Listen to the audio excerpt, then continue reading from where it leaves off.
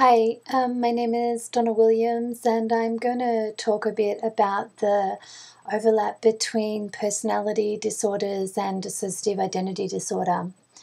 On PubMed, there were some interesting articles about the co-occurrence of particular personality disorders in people with DID. And what the common stereotype is that DID and borderline are synonymous, but that's actually a myth, and there's only a 53% co-occurrence of borderline with DID, which means that 47% of people with DID don't have borderline. So what was interesting to me was there was actually some much higher crossovers where, for example, Avoidant Personality Disorder had a 76% co-occurrence with DID.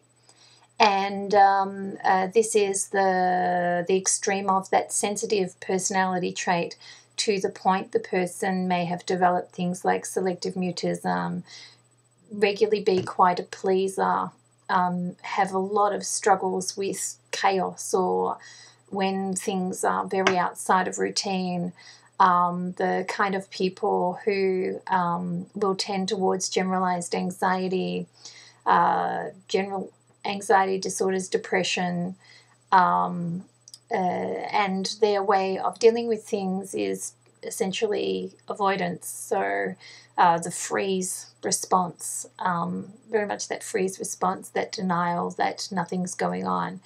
And so you can understand why there's a 76% crossover between avoidant personality disorder and DID.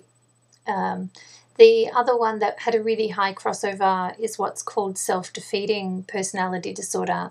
And this is the extreme of the self-sacrificing personality trait. So it's where the person is so self-sacrificing, such a high tendency towards feelings of guilt and fear of asserting themselves, that they will put themselves constantly in the role of being the person who is the helper, the person who will always put themselves to the back of the queue, allow other people to put their needs first. And so people with that self-defeating personality disorder are going to be a lot more vulnerable to, for example, sadists. Masochists attract sadists, and sadists will be abusers, or tend to be, most abusers are going to be, at least at some level, at least narcissistic or sadistic, in the case of those who have DID. The self-defeating personality disorder, that masochistic state, is also one where the person would naturally attract narcissists, because both the avoidant personality disorder and self-defeating personality disorder are all about denying your own rights, denying your own assertiveness, putting yourself last, putting yourself back in the queue, and the narcissist laps that up. It's all about their rights over others. And abusers who are narcissistic or antisocial, who feel, a lot of people with the antisocial stuff feel that these self-defeating people are a walkover. You can do what you like and they'll never hold you responsible. Sadistic people are drawn to the masochists because they dislike and have great disdain for what they see as weak people. So you can see why there might be a situation where children who tend towards avoidant and self-defeating personality disorders may be the most likely ones in a family to be singled out for being the scapegoat or the main victim of abuse. They're also, with the masochistic stuff, the self-defeating personality disorder, these are the children who are most likely to put themselves in the firing line to protect a sibling, or to keep the peace, or to protect the non-abusive parent. And so perhaps that's one of the reasons why there's such a crossover. And those with avoidant personality disorder and the self-defeating personality disorder are also among the least likely to speak out about needing help, to put their own needs first. So it becomes clearer why these people, the level of abuse may take so long for people in that situation to disclose. The third most common crossover was schizotypal, and schizotypal personality disorder is the extreme of the idiosyncratic trait, and this is the type of children who are nervous of forced conformity and naturally a nonconformist. So if you think about the class clown, the one who's quite surreal, the escape artist, the surrealist, the person who will always adapt, the one who will easily become characters on the television or become the family pet or go into their own land, into their own world, and lose touch of how to gauge normality around them. So kids with schizotypal personality disorder can often have significant communication difficulty where it's very hard for them to use the same kind of social, emotional communication as other children. So they could be at a much higher disadvantage if they are also abused. And similarly, for children with avoidant personality disorder, will tend towards selective mutism, which will make them far more vulnerable if they are abused children. And these two personality disorders of avoidant and schizotypal are very high occurrence in people with autism, to the point that schizotypal is so common in people with autism, as is schizoid personality disorder, that it's very difficult to distinguish that, and it's considered actually such a part of Asperger's, for example, that it's not seen as a separate thing. It's part of that package.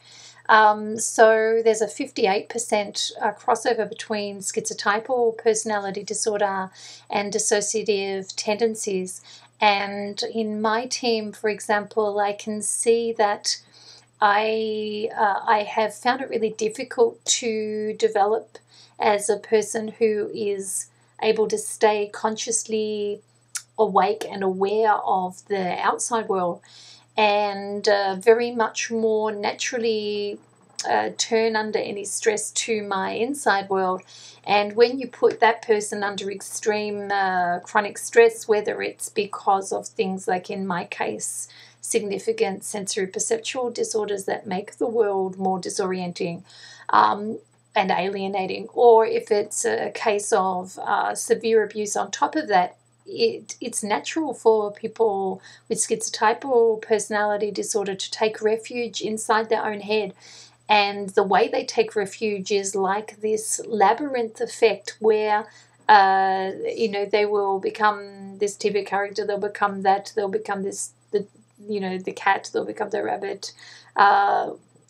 It's a very fluid and adaptive and fairly surreal inner world. And it's not the same as taking on roles because you don't have an identity. People with schizotypal personality disorder are highly individual.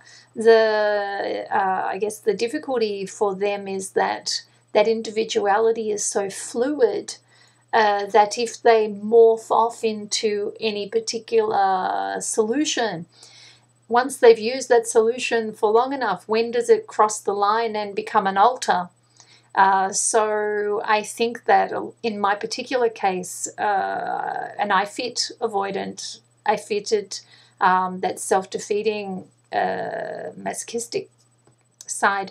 I've definitely fitted schizotypal, so I can see how all three have contributed to the complexity and the layering and the challenges with treatment for my particular case of DID.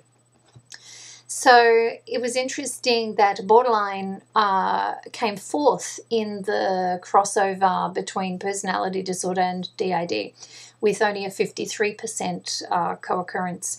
And borderline is the type of people who have a very poor sense of individuality and identity, and so spend their lives picking up the personalities of whoever they're around. And so they tend to idealize who they identify with, and then when that fails for them, then they might demonize that person and move on to someone else. And people with borderline have some things in common with schizotypal. Both groups will have derealization, which is this feeling that you can't trust what reality is. You are not quite sure, are you really here? Is this a dream? Is this really your body?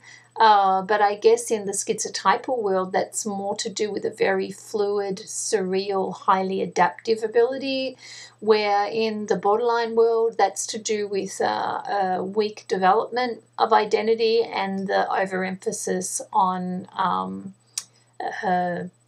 identifying constantly with every other person to the degree that you haven't developed a strong identity of your own. With borderline, there's a tendency to constant role play, and I think that this is quite different to the situation where alters have a great deal of complexity and very strong identity. So the alters in someone with borderline might be much more role-oriented. So, this one is the cook, and this is the one who does sex, and this is the one who goes to work, and this is the one who,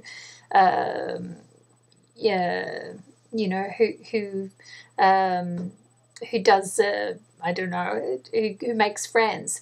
And certainly for me, there has been a differentiation among my alters of things that each are good at. I guess the difference is that they're not two-dimensional, they're very three-dimensional. And so you can get someone like Da, who was the meet and greet for the team.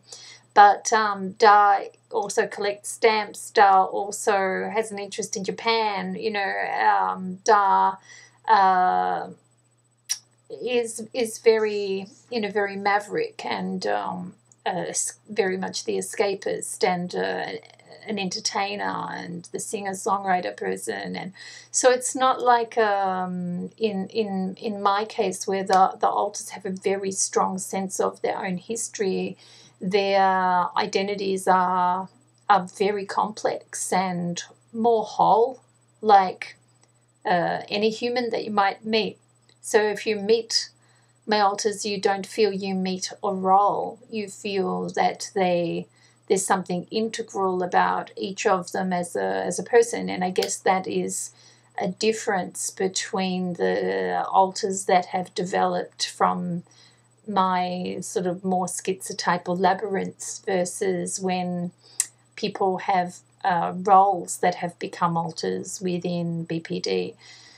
The fifth type of overlap in personality disorder and DID was passive-aggressive personality disorder, and this the incidence was just under BPD at 45% co-occurrence.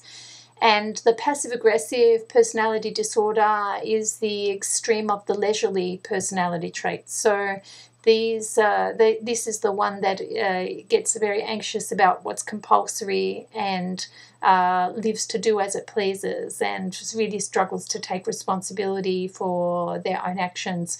And so when under extreme stress will tend towards a passive-aggressive solution, a way to wangle their way out of facing things rather than do the hard work. And so I guess one of the things that all these personality disorders have in common in a DID context is their natural tendencies towards escape, to escape facing things, to escape taking responsibility for things, to escape the reality of things, to escape the to escape,